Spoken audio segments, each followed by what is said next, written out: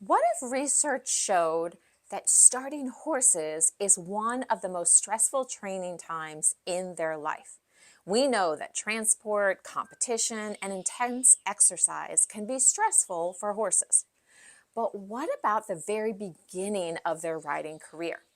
A recent study looked at cortisol levels in young horses to see how stress changed how they moved from being unridden to being under saddle and in training.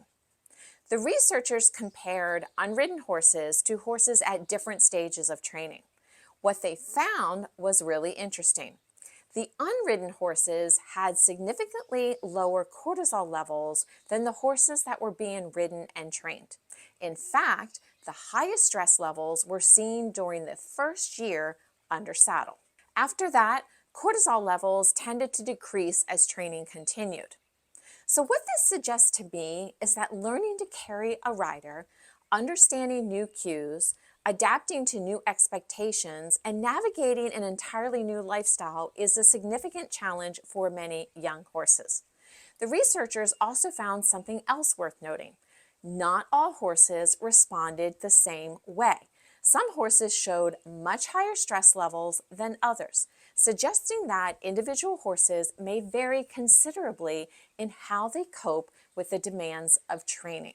And I have found this true in my own horses. What concerns me is that cortisol isn't just a stress marker. Cortisol has real physiological effects throughout the body.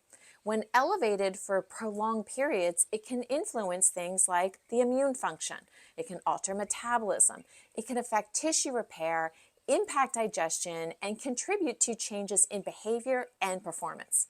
Now, this study doesn't tell us whether these horses experience long-term negative effects from training, but it does remind us that breaking in or starting is not simply teaching a horse to carry a rider. It's a major physiological and psychological adaptation period for the horse. In my opinion, that should challenge us to think carefully about how we start young horses. Because the goal isn't just to create a horse that tolerates training. The goal is to create a horse that adapts to training while maintaining its health, resilience, and welfare along the way.